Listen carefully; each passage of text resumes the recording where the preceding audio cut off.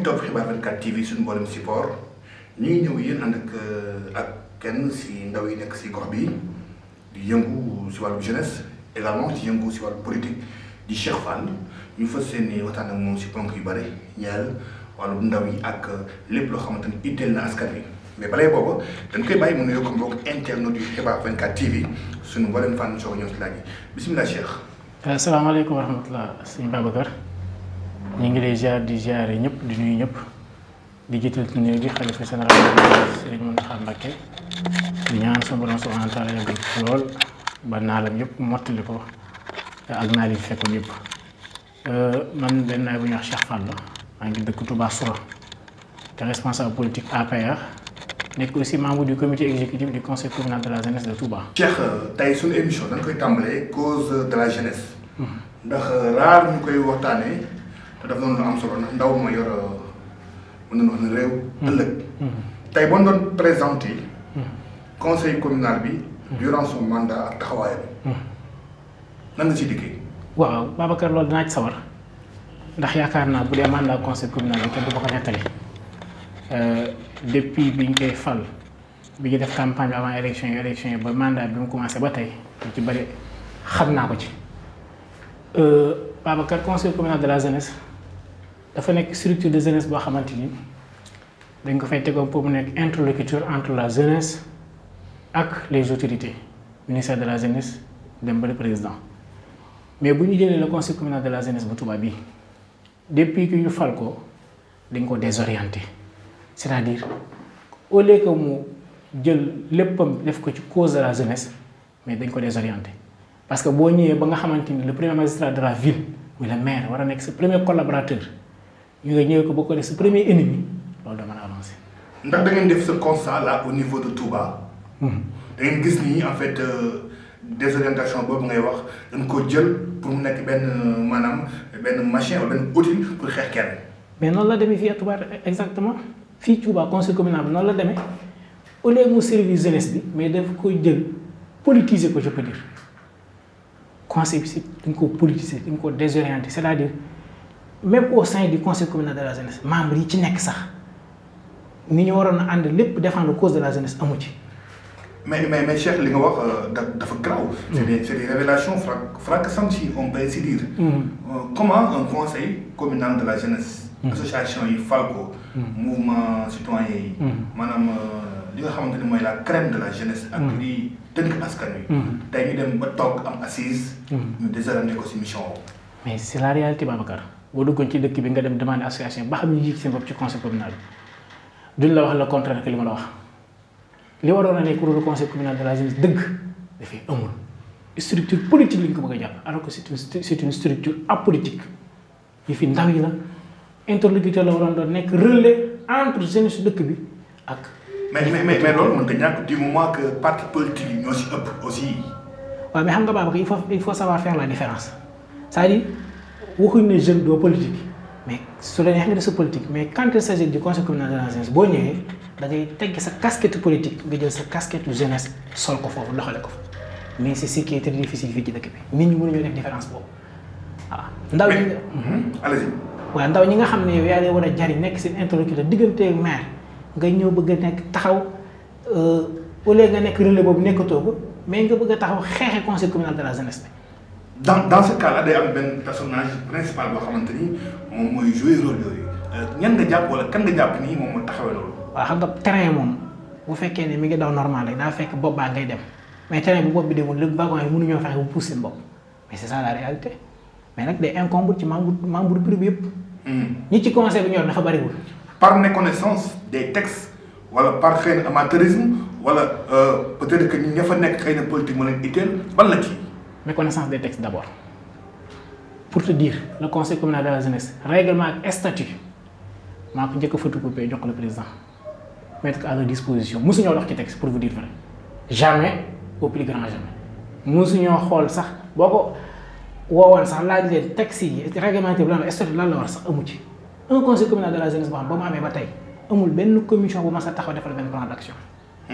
amul benn commission bu mas a def plan d'action. et dans tout ça lan moo si taxawaayu son président Pape Niass.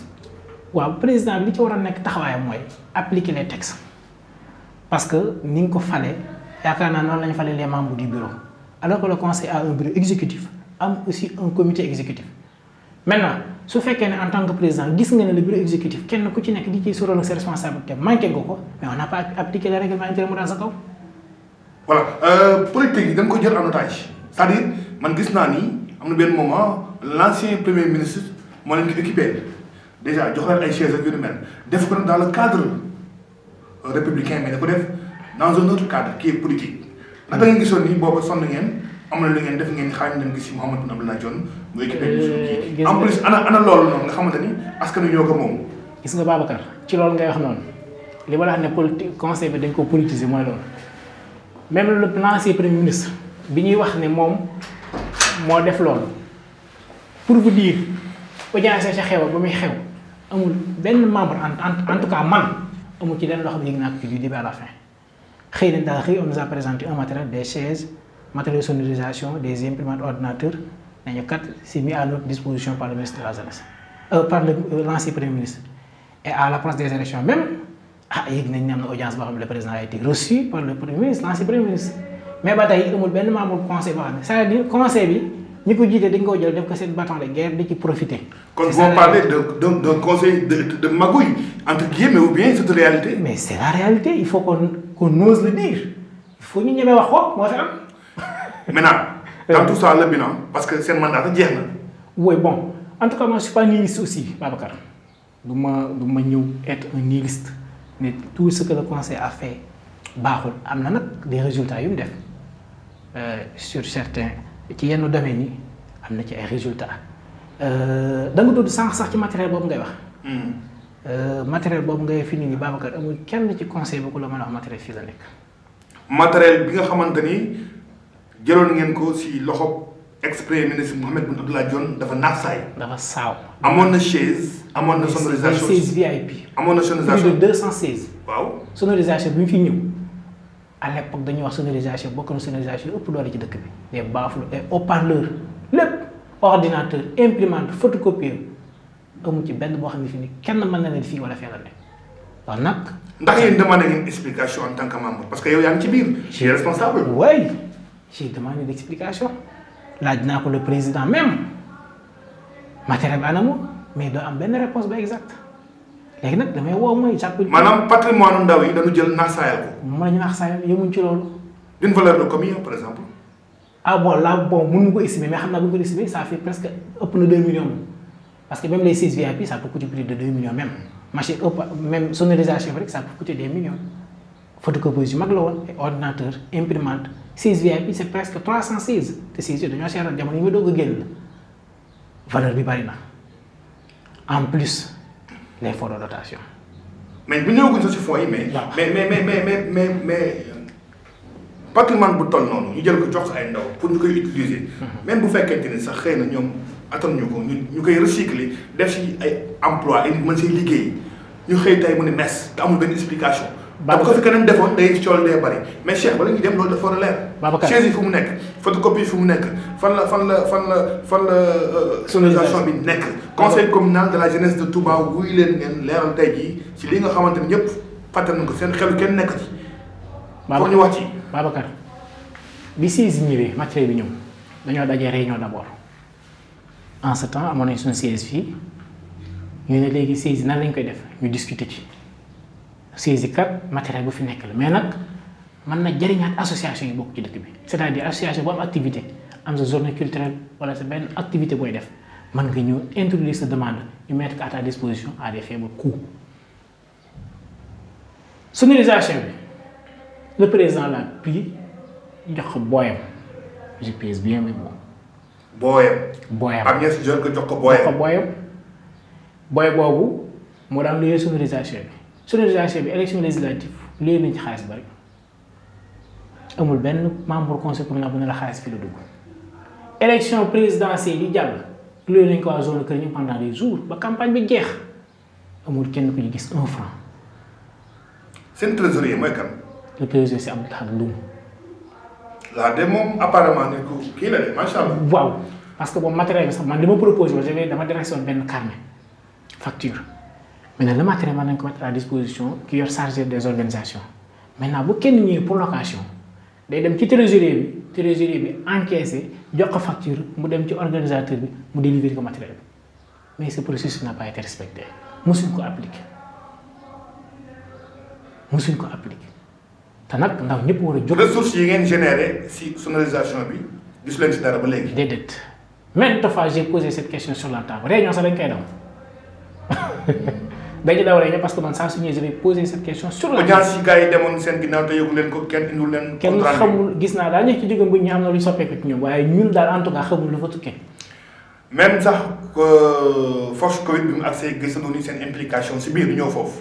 waaw force Covid bi. foofu moom sax ngeen si loolu yéen conseil communal la jeunesse souvent. waaw ci distribution denrées yi. waaw résilience plan de résilience bi présenté woon waaw. bi par xam nga loolu président daf ne woon commission communale yi il faut que le conseil communal da ci am ay représentants moi je représentais le conseil communal de la jeunesse ci commission communale bi Serigne Khadim Sam jiite woon. en même temps je représentais le conseil aussi au niveau du village de Darou Khoudoss du début à la fin dara rëccu ma ci xam naa li ci dox lépp. amoon na ay mbir. yu bari li ci jaar yoon bariwul te dañoo jàpp ne. mais ay ndaw yoo xamante ni da leen wóolu ñu war a nekk tànku batul nekk lépp ndaw yi tey ñoom bu ñu demee def yu ni mel tey ñun fu ñu jëm rawat na dëkk bu sell mel ni Touba. mais c'est désolé Babacar ndaw ñi dañ leen ciy duggalul pour ñu nekk au moins des contrôleurs mais bari na ñu njaay ju ci am ndaw yi am na ñu ci jàpp seen loxo seppi. ci ay ndaw. xam loolu day écorner image du conseil bi ah. mais c'est ça soo gisee conseil bi dem na ba autorité yi joxatuñ ko crédibilité bi am mais c'est ça la réalité parce que dañ leen di war a dugal leen ci mbir taxawaay bañ ca war a taxawee mooy taxawaay bu rafet taxawaay bu jub duñ ko def mooy dëgg yi. voilà seen diggante nag ak maire yi xam yaa ngi doon naan fonds yi leen war a alloué. waaw damay wax. est-ce que su jot wala mu demee noonu. mais ñu ngi jot conseil baa ngi jot fonds yi mais dama ne la bu fekkee ne yow le conseil communal. da nga ñëw le maire le premier magistrat de la ville war a nekk sa premier collaborateur nga war ko assister ci yu bari nekk interlocuteur sa diggante moom ak ndaw yi dëkk bi li lay ndaw yi di joxeente nga ñëw ci waxtaan ceeg moom ñu trouvé ci ay solution ki ñëw def le maire de la commune sa premier ennemi Babacar quoi qu'on puisse dire que Touba est une commune spéciale. Il faut que le conseil communal de la jeunesse soit un conseil spécial spécificité boobu nag nekkul nag dox ci lu. en fait pardon est vrai ndax dafa am ay membres yu jóg pour xeex le maire wala c'est le conseil qui a tourné le dos au maire xam nga tamit loolu foog ñu koy discerner quoi. waaw xam nga au début moi je me disais que Babacar nit uude ni mu la gëstoo rek la lay ëwale le maire ak ñu mën a dox ci diggante bi yow nga nekk premier interlocuteur nga nekk le président du conseil de la jeunesse am na noonu la taxawee moom ak nu mu mën a mel ak lu nit ñi mën a jaar ci diggante bi. am na taxawaay boo xam du ci am bu fekkee ne yow ki nga xamante moo war nekk sa collaborateur ñëwoon diisoo mu waxtaan ak moom xamal ko li ngay def présenté ko loo xamante lu mën a teg baaram lu mën a dut baaram la waaye ngay séq ak moom yoo xamante ni à vrai dire parce que gars yi bon dégg naa ko fi ba taay yollee ko nañ ba taay dem maire di rek la seeni code bu fekkee dem nga bu fekkee dem nga loolu ba maire teel ci loxo fi nii la gëdd gëm la war a jox la ko loolu bu leen neexee parce que ñoom seen affaire personnelle la mais conseil bi d'abord. mais su fekkee seen affaire personnelle bu ñu fay dem bu ñu fa yóbbu turu conseil bi ku mu neex nga dem ci sa turu bopp dem ci ki nga bëgg a dem mais au nom du conseil laa wax loolu laa la jaaduwul. mais li mu war a ak yéen maire bu toog mi ngi koy def. mi ngi koy def peut-être fonds yi année bi jàll génnagul mais foofa sax Babacar. seen dotation ñaata la par année. 2 millions. Babacar depuis 2014 dañuy jot. waaw am na bu ñu fi jotoon nekkul yëpp lañ jot ak bu daaw bi jotaguñ ko mais Babacar foofu sax ñun nous allons. est-ce que newul seen mandat dem jeex tax wala. waaw mais même bu fekkee parce que mandat bi dem fii renouvelé ko day am dérogation si c'est pas encore renouvelé day am dérogation foofu sax danañ ci wax nous allons constituer un collectif danañ bind demander au maire mu arrêté ko. mu arrêté. fonds de dotation yi. ndax parce que fonds de dotation yi amul benn association bu nekk bu ci gis sa bopp. mais c'est grave. Ces fonds-là sont alliés aux associations li ci fonds bi dafa am fonds de roulement ak fonds d'appui aux associations. amul benn association. ñaata association moom Touba.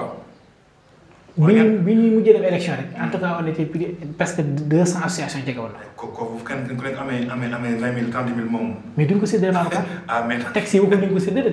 ah nu muy demee. non activité. ok association bu def sa plan d'action ñëw déposer ko au niveau du conseil communal de la jeunesse boo am activité appuyer la en termes d'appui nekkul tamit dañ lay financer sa activité aussi il faut que ça soit clair. mais amul benn association bu ci mën a bénéficier la day ñëw ñu koy jox ñoo xam sax du ñuy jeunes leen ko séddale. d'abord le conseil rek est composé des adultes.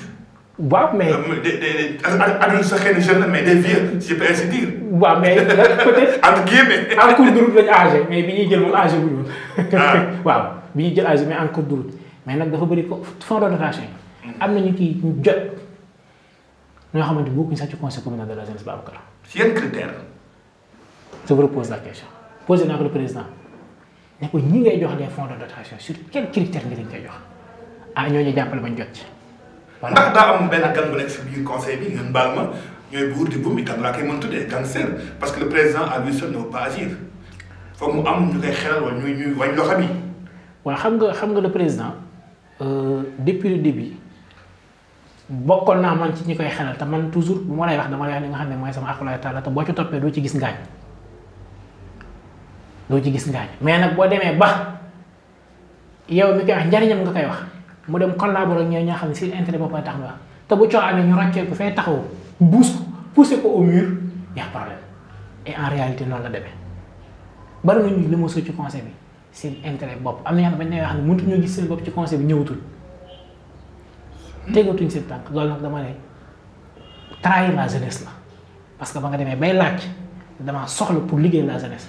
Covid bi nu ngay saxee parce que tamit seen rôle bokk na si ngeen sensibiliser comme à l'image de Mbacké sëñ May Seck le président daa woon nelaw daa woon yendal mi ngi si talibé yi mi ngi dem seeti les déficients mentaux mi ngi seeti ñëpp dañuy jàppale durant presque 1 an ba léegi taxawul ñu gis ni il est un brave il est un exemple par exemple ndaxte activité bu am dinañ ko si impliqué au niveau du district. au niveau de la mairie partout.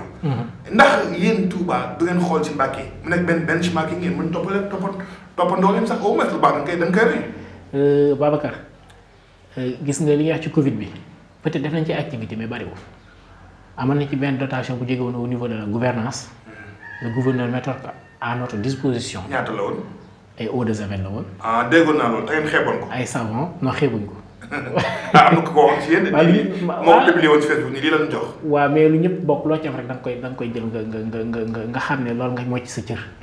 bi ñu ñëwee def nañ ko ay dons loolu moom bokkoon naa ci ñi ko doon gérer et j'ai la liste des association bu ci nekk woo nañ la jox la ko pour nga sensibiliser sa quartier bi nga dëkk distribuer. proprement di yéen lu ngeen def yéen mu mel ni conseil bi moo ko def. maa ngi leen jox ngeen jox waat mais yéen lu ngeen innové. conseil lu ngeen initié. conseil bi moom amul lenn loo xam ne jël na ko surtout sur ces fonds de dotation alliés ko ci Covid bi amul. bu weesoo loolu gouverneur joxe woon amoon na ay un dîner un daara bu ñu defoon en collaboration du ministre Cheikh Abdou Bali. Cheikh Abdou Bali oui. bu weesoo loolu amul benn activité bu ci conseil bi def peut-être récemment aussi yàggul boo def fekk ma génn mais amoon na benn dotation bu jógoon au niveau du ministère de la jeunesse distribué nañ des masques ay gel ay savon liquide joxoon nañ ko école Sëñ Abdourahmane gaaru Thiéré yooyu. mais Cheikh Fall fu ma parlé tantôt de scandale yu am si biir conseil bi ndax pare ngeen pour mu leer parce que yooyu duñ ko bàyyi tey ñu si nekk ñu bàyyi policier doon tey bu ko keneen defoon. opposant wala leen dañ koy topp di koy wax di ngawti kon ñoom bu ñu defee da leen war a leeral kon conseil bi tey ñëpp xam ne ñoom da leen war a topp. dañ leen war a topp mbir mi dafa war a leer. dañ leen a dénk kon ku ñu dénk da nga am droit rendre compte da nga war a leeral je suis parfaitement d'accord dañoo dénkoon li ñu dénkoon nag il est temps ñu leeral te ñun nag am na lu ñu ci am de bu leeral jotee liñ ci wax danañ ko def. voilà am na luñ ci am. bu ñu leeralul tamit danañ wax danañ ko leeral ndax lépp fi lañu fekk. lépp xaju fi première partie bi la. dinañ ñëwaat si beneen wàll ñu bàyyi la nga tàggoo ak mbokk internet si fànn bi ñu soog a ñëwaat si beneen émission. politique li may wax rek mooy ndaw ñi di leen woo ci ñëpp rek ñu takk ko nekk benn surtout association yi xam ne man Cheikh Fall mi damay présenter sama candidature ci prochaine élection conseil communal de la jeunesse. très bien waaw. kon loolu leer na mbokk yi conseil communal de la jeunesse Cheikh Fall membre la moom lañ dalaloon ñëwoon si benn fan nag des na dina amal yeneen émission si kanam tuuti ndax li mu soulevé tey comme ay mbir yu jaarul yoon foofu am fa doy na waar te nag mbirum ñëpp la patrimoine la ñëpp si war dugal seen loxo jox leen ndaje ba beneen yoon waaye ubbi nañ suñu bunt tamit yeneen membres yi surtout le président su bëggee indi si leeral ñu ngi koy xaar incha allah si kàttanu yàlla jaajëf.